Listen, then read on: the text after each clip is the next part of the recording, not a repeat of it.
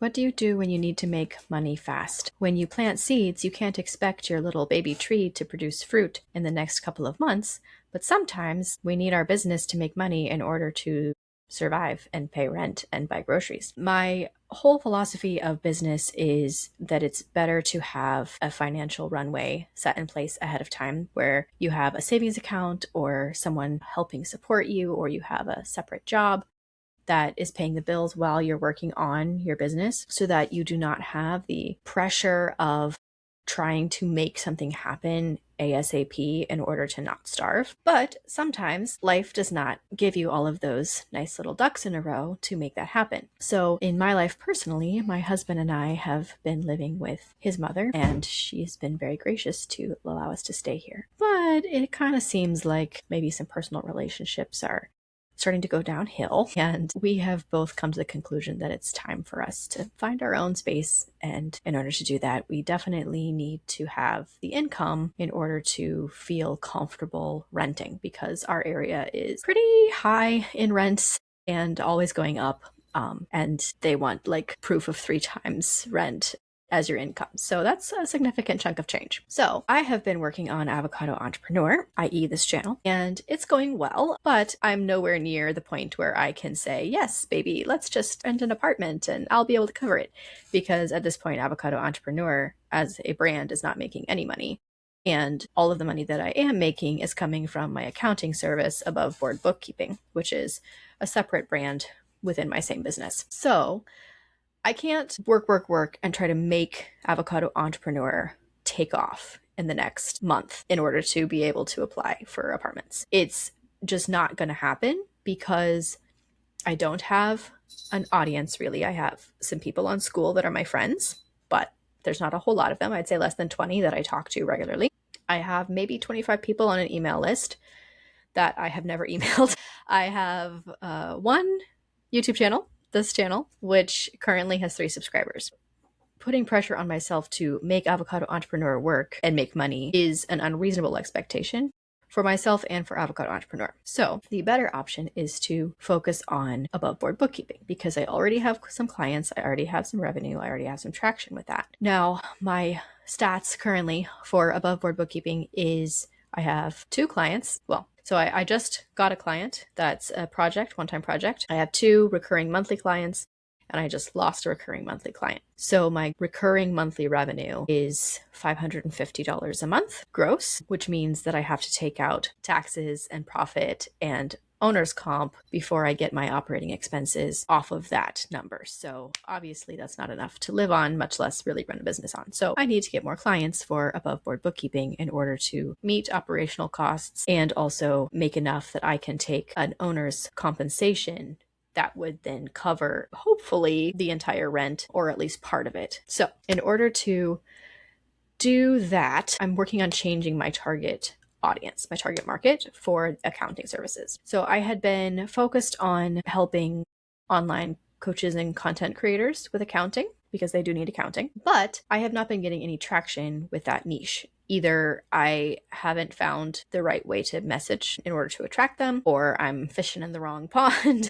or there's any number of reasons, one of which might be that the vast majority of individuals in that niche are not making enough to justify hiring an accountant, and the few who are already have accountants.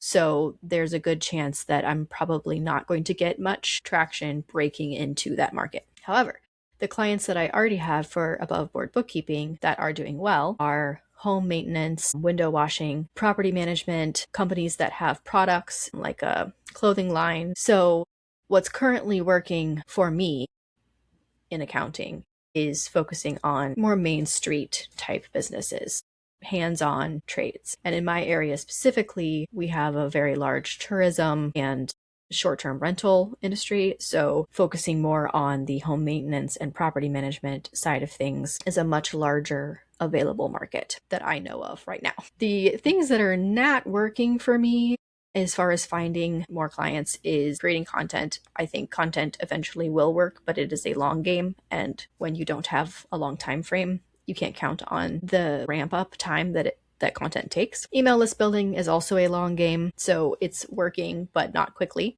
I have never had success with ads, And that might be because I've never had the budget to run them for any significant length of time. And online networking really isn't working either. So when I decided that I need to get more clients for above board bookkeeping and that I want to target this specific niche, I asked Claude to research networking and referral groups in my area that target these trades, because I have a gut feeling that cold outreach is not going to work and ads are not going to work. Ads I can't do because I don't have the budget for it anyway. And every time I've tried cold outreach, myself outreaching to other people, I have either been ignored, very few told me politely no thank you, and then a very few were very rude and reported me, and there's a really high risk of getting marked as spam.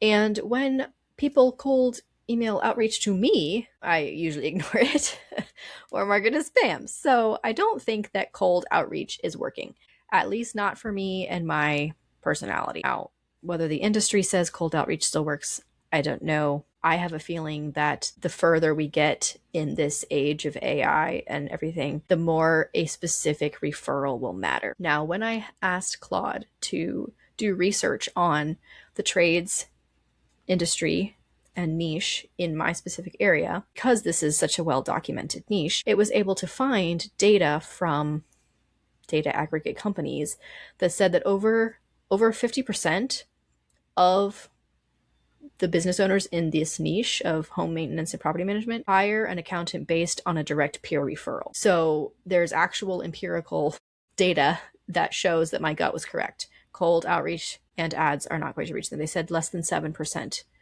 find an accountant through an ad. So in order to get more clients, I can't just start digging a hole in the desert. I can't, well, I could do that. And I have tried to do that before, but obviously that doesn't get you anywhere. Idea is to get into the flow that already exists. So there's already a business network in my area. There's already trade associations. There's already vendor referral programs.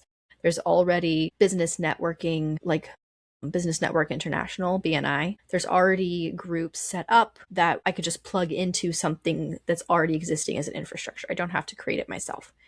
So in order to join that existing flow, I would need to find the trade associations. I would need to go as a guest to some of these meetings. I could offer to do a talk, a free presentation for any number of these meetings. And in order to help the tradesmen do better with accounting, so I could prepare a short, like 20-minute presentation on best accounting practices, so that way they know the workflow that the accountant then needs. Things like taking a picture of your receipt right when you get it instead of sticking it in your truck console, that kind of thing. Now, the reason why going into an existing market like this, I foresee, is going to work so much better than long game of building avocado entrepreneur in a niche that may or may not have the purchasing power to hire an accountant, is because in my area specifically, I know for a fact that these trades are doing really well. There's high demand for them. They charge a lot of money. They're making a lot of money. They have more work than they can keep up with. People are registering new businesses in these trades every day, and they're making the money to hire an accountant, and they definitely do not have the time to do it themselves.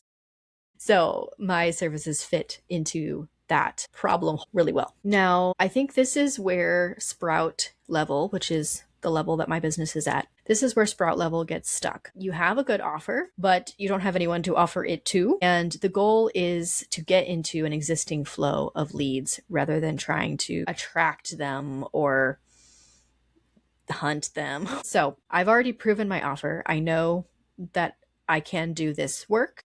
I have proved it at different price points. So now I just need more people to offer it to. And the goal is to get into that existing flow of leads and referrals in order to become a trusted person so that people will refer me. I think that the future of business, which, I mean, this is also the past of business, word of mouth referral has always been the strongest trust factor source of leads in business. Online ads, especially for consulting and coaching, works pretty well because the market itself is online. But when you're dealing with an industry that is in person, they're hands-on, I'm going to need to change my approach to do more hands-on marketing.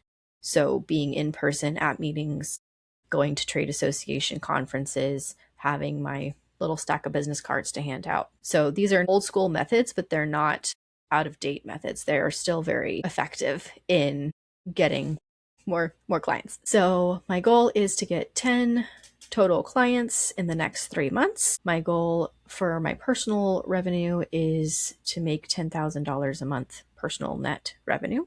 So my business needs to be making about double that in order to have the tax savings and the OPEX budget, which I go into more in my Worry Free Money Challenge. So you can check that out. And you can follow along on this channel for more updates on the specific strategies and things that I'm doing to make that happen. And I will report on what works and what doesn't work for this specific situation, this project that I'm working on. So you have all of the factors that have gone into it and the thought processes that I'm using to make these decisions as I go. I hope you follow along, and I'll see you next time.